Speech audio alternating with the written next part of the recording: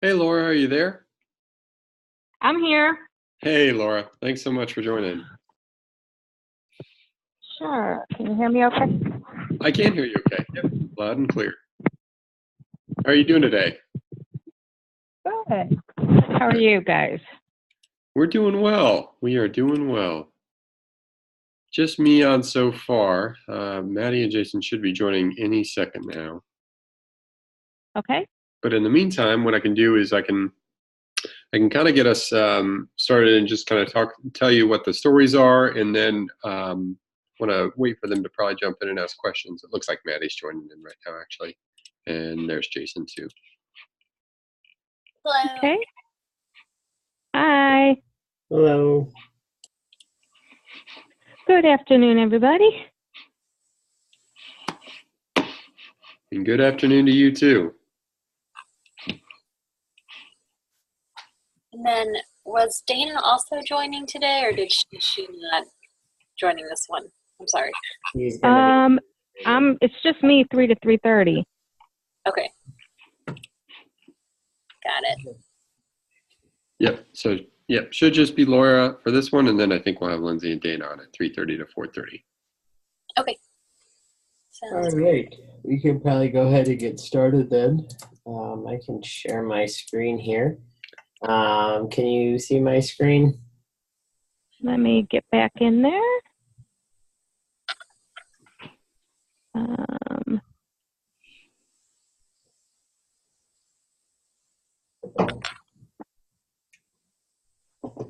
Jason, you might want to zoom in like 1 or 2 settings. there we go. Too small for you, Maddie. I'm just, looking out for the recording. Laura, let me know when you can see it. I've got it and I can see it. All right, great. So we have 2 stories to cover today with you on the first half hour here, and then we'll hop over with Lindsay and Dana. The 2 that we have are 75 and 72. We'll start with 75, which is the title of it is The Ability to Bill Services Differently Based on Type of Service and Location. And I have story reads, as a program administrator, I need the ability to bill services differently according to the type of service provided and the location it is provided. The definition of done says services provided in-home versus in the field have different CPT codes. The minimum amount of time that is billable for therapeutic and non-therapeutic services is 30 minutes. Anything under 30 minutes is considered case management time. The maximum number of units per visit is 2 units. The maximum number of case management time is 8 units per service. Staff education levels determine if a service is therapeutic or non-therapeutic. The system must track user education levels, and billing reports must track therapeutic versus non-therapeutic separately. The questions that we have are, the first of all, therapeutic. It says a staff education level determines if a service is therapeutic or non-therapeutic. Is that for both in-home services and groups, or is that just for one or the other? It's for in-home services, office-based services, and groups. In-home, office, and groups. Okay, so it's for everything on the respite or on the FEP side. Right. So for home-based or home visit and field visit is considered the same CPT code. Okay. Okay. Okay, an office visit is a different CPT code. Okay. And then therapeutic and non-therapeutic has different staff education requirements. Okay. What's considered therapeutic?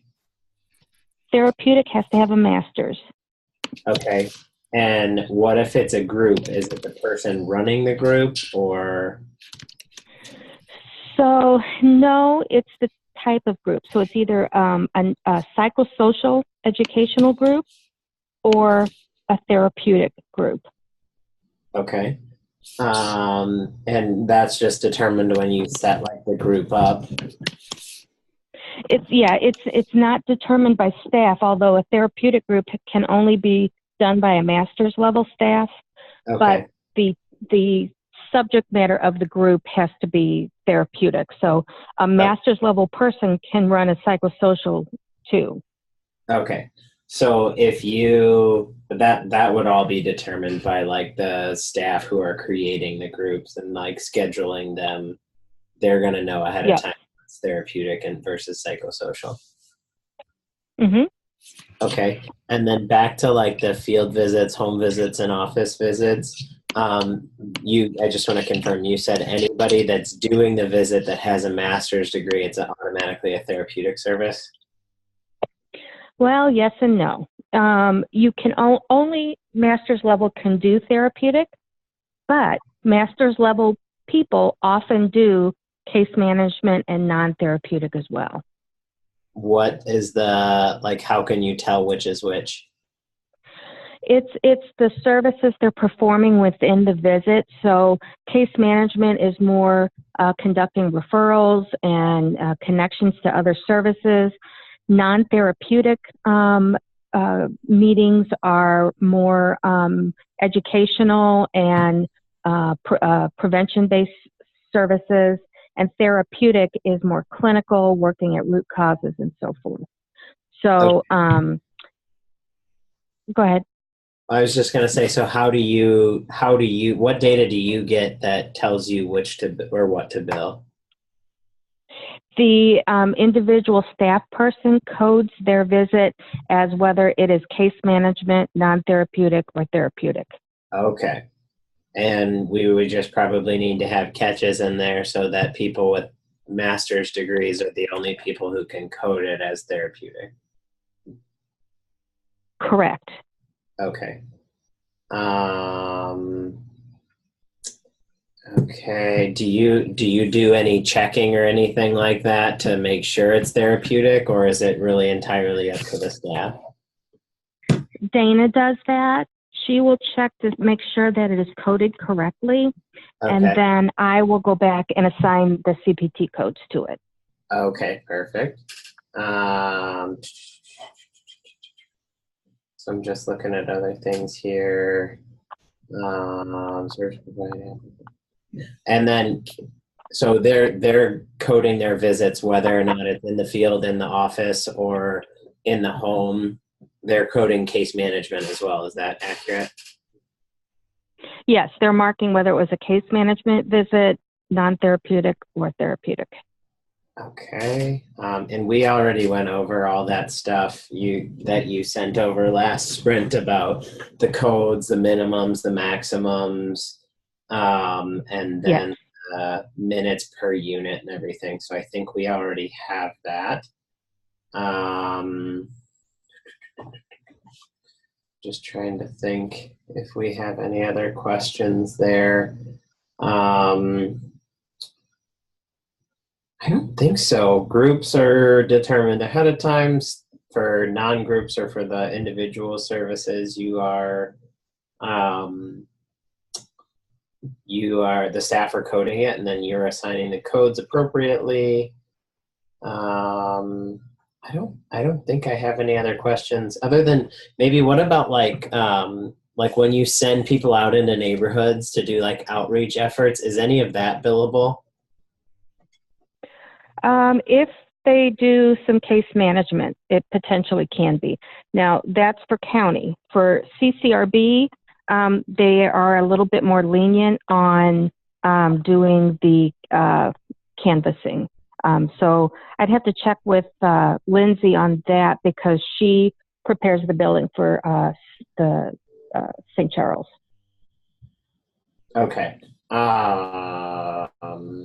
Okay. I will have to. Can you make a note, Stephen? We'll have to talk to her about that.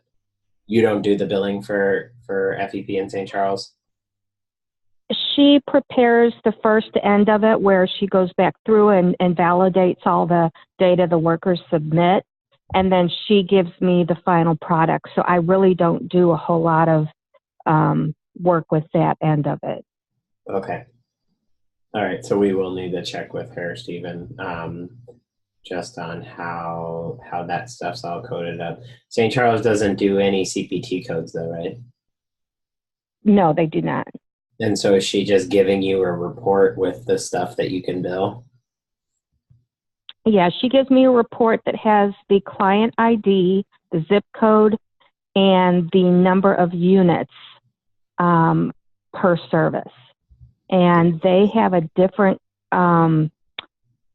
way to code units. So home visits, I think, is done per direct service. However, groups, I think the coding is maybe 4 hours per group. But again, I don't recall what it is right now. I don't have it handy, but Lindsay knows that better. Okay, so we'll need to check here Yeah. as well, Stephen, on how Yeah. will the county, or St. Charles County in terms of units. Cool. Yes, in terms of unit per service for FEP. Okay. What about the city? City, there at this point there is no funding source for FEP that requires any kind of billing, monthly billing. Okay, so you're still seeing clients in the city for Yes. FEP. It's just you're probably using grant money for that, I'm assuming. Yes. And you don't have any like reporting or funding requirements on those. No, well, obviously I do have reports, but nothing that is going to require any specific reporting within the database. It's just what numbers I pull out each month. The things that you will be working on are what I use. For example, I'm sure you're going to be having an assessment in there for the protective factors. Mm-hmm. So at the end of a reporting period, I will pull those families that achieved their goals in the protective factors survey. Perfect. So, yeah. That's for like your grant reports and stuff. Right. Okay. Perfect. Okay. I actually don't think that I have too many other questions. I think this is actually, I mentioned last time, like the last sprint and this sprint, we're kind of doing some of the backbone stuff for billing. And then next sprint's really going to be 100% billing. So okay. I think actually, as I look at this, a lot of this stuff is already done, but we need to incorporate some of the FEP stuff because we were only looking at respite in the last sprint. So Maddie or Stephen, do you have any other questions here? No, I think you covered it. I was thinking the same things you are. I think we're good with the way this story is written so far. So yeah. Cool. Okay. 72, the title is Billing Reports for FEP based on services provided and permanent address. This actually might be, let's see what this says. As a program administrator, I need the ability to create billing reports for the FEP program that is based on services provided. Funders are always determined by the permanent address of the family receiving services. The definition of done says if the family receiving services lives in St. Louis City or Illinois, there is no reimbursement of FEP services. This is funded by grants. The system must be able to generate ad hoc reports on services rendered in any location, city, Illinois, Warren County, etc. For the fulfillment of grant requirements, ad hoc reports must be visual in nature. Looking at the questions, is there any service that you like, or any area that you would like excluded from reports, or like, are there any zip codes that in Warren County, for example, that you would like excluded for that? Any like special rules? Not that I can think of right now. Obviously, we do no billing whatsoever for anybody in Illinois or out of state Missouri. But with that being said, Warren County continually tries to get their tax passed so that if that should happen, then we will have or we'll be able to invoice like we do with the county. Okay. So, or St. Charles, if we get that. But that still could be 2 or 3 years down the road. Okay. What about Jefferson County? Jefferson County, there right now is not a way to get funding through a tax basis that would require monthly invoicing. It's all grant-based. So I will need to be able to pull reports on what services are provided in Jefferson County. Okay. And then Do you guys do anything in Franklin County? Rarely. I think we've had like 2 kids a year max. Okay. And then I'm guessing you don't go any further outside of Franklin County, like Crawford, I think, is the next furthest thing west. We have kids from Montgomery, Pike, Audrain, Crawford. We have them from all over Missouri. And, thinking big in the future, we could have a crisis nursery or FEP in Franklin and Montgomery, but that's years and years down the road, and I'm sure that we could create what we needed. So right now, there's nothing that requires us to do reporting other than our own internal look at what areas we're serving. If we start seeing multiples coming from Montgomery County, there may be something that we want to do to reach out to that county. Okay. Cool. I think, let me scroll down here. So for the visual nature aspect, have you seen some of the charts that we've done, like the nursery census? Yes. Okay, so some of those graphs, I mean, obviously that's a bar chart, but there's similar things with bar charts, line charts, scatter plots, funnels, donut charts, gauges, things like that. Is there anything additional That would be great in visual nature that you would need beyond those kind of basic report types or chart types? Not that I can really pull out of the air right now. No. Okay, cool. All right. I actually don't think that I have any other questions on this one either. Stephen or Maddie, do you have anything else? Yeah, I have an additional question. I just reading this story and how we're looking specifically at permanent addresses, and I was looking at the system so far to see how we're tracking addresses. And right now we're just indicating if an address is current or not. I guess, does it ever occur where a client's current address is not their permanent address? Yes. Okay. So there's a multitude of ways this goes down. When you're looking at FEP, someone could be homeless and living on a couch at their aunt's place. Mm-hmm. Their home, their permanent address could be a home where they were with their abuser. Mm-hmm. And so they're living in a shelter right now. Mm-hmm. So there's a variety of, it makes it difficult to track. So on the respite end, a child may come in living in the 63116 address, and they may leave going to a 63130 zip. Mm-hmm. So we need to track that as well, because it matters. We can bill for the child's stay, but then going forward, we won't be able to bill for them through FEP. They would be in county versus city. So there's that. As far as where they're at when they receive the service is how we can bill for them. So if they are currently at a city location, but their permanent address is in the county, there is some leniency on that with the county, but we typically have to call them and talk it out before we actually bill for it. Okay. So there's going to be a need to have both of those in there somehow. Yep, that's what I was thinking. Is there any specific requirements for permanent address? Does it have to be at least 90 days or? No, okay. No, just what the parent reports. Okay, got it. That was my only other question, Jason. Do your parents report as things like, do they use the term permanent address or?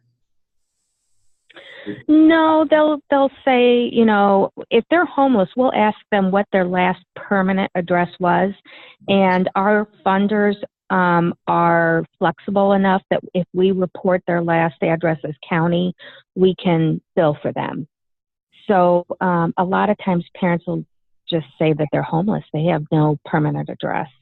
And so we don't have any zip or we can't bill for those kiddos. Okay. So sorry, if they don't have a permanent address, you can't bill for them? Correct. Okay, so You know what? Let me need back up by saying, let me back up because for respite, if they're served at the Centene location and they're homeless, we can bill for them. I take that back. We can bill for them to the state, but not at the other sites. Okay. So we do need to kind of designate like a permanency on an address as well as like a currency on an address. So if you're currently living on your sister's couch in the county, but your last permanent address was in the city and you receive FEP services, can you bill for that? If the current, that's probably one. Oh, sorry, go ahead. Yeah, if they're currently staying at their sister's, we would probably talk to our funding person, but because it's gone both ways, actually. They've said, you know, if their last permanent address was city and they're just temporarily staying at someone in the county, we really can't bill for the county for that. So it's gone both ways. It needs to be able to be captured, both where they're currently staying, living, when the service is provided.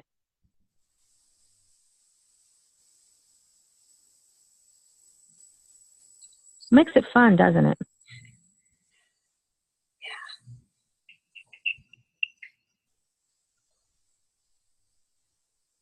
I'm trying to think of like things in the past, like, so if a service occurred at the beginning of September, say, I'm just trying to think how, and they had a permanent address then, and they moved to a new permanent address.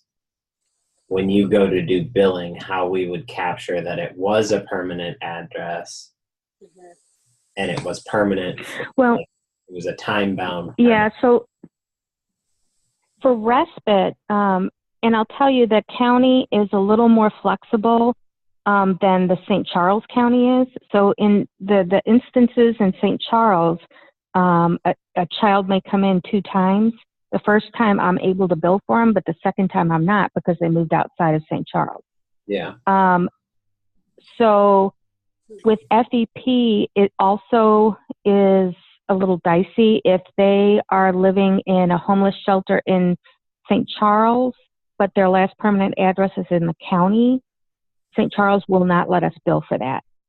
However, if we're billing the county and they're staying in their last permanent address was St. Charles, but they're staying at a county shelter, they will allow us to bill. So it's a little flexible for the county. St. Charles is more strict. Okay, so if you are if the client is last permanent address was in the county and they're staying in a shelter in St. Charles will not let you bill for them because the last permanent address was not in St. Charles, correct? Correct. Can you bill the county for that person because their last permanent address was in the county? Yes. Okay. So really the county you can bill for, so long as their last permanent address was in the county, you can bill the county. Yes. And then for St. Charles, it has to be, you have to be like, have a last permanent address and be currently in St. Charles. Yes. Okay.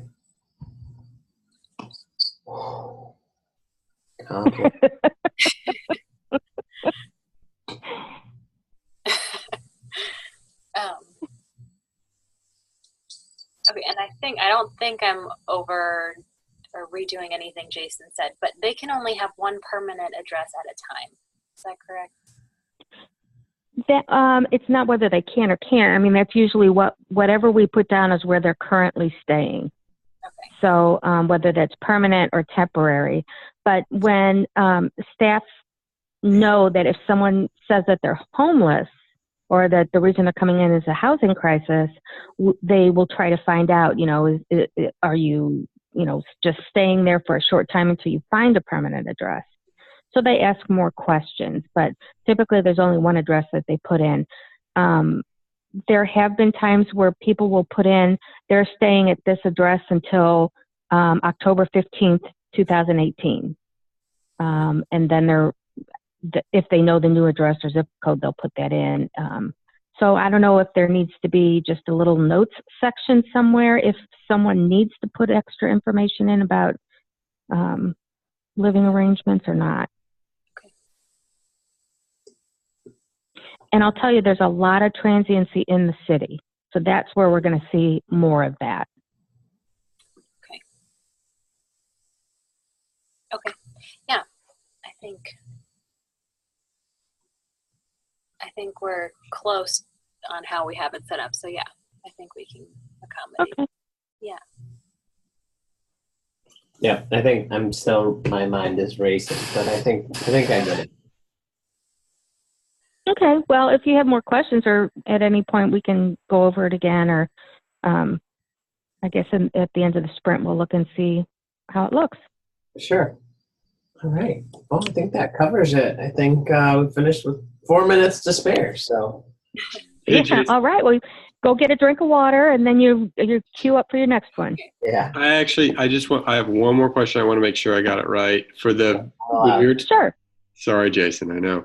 When we were going over the graphical reports and Jason was talking about the types of charts, are you wanting both the graphical version and then a detailed listing that you provide to some sort of funder? Oh, absolutely. Record? Okay, so you want both of those? Yes. Okay, awesome. Thank you very much. Sure.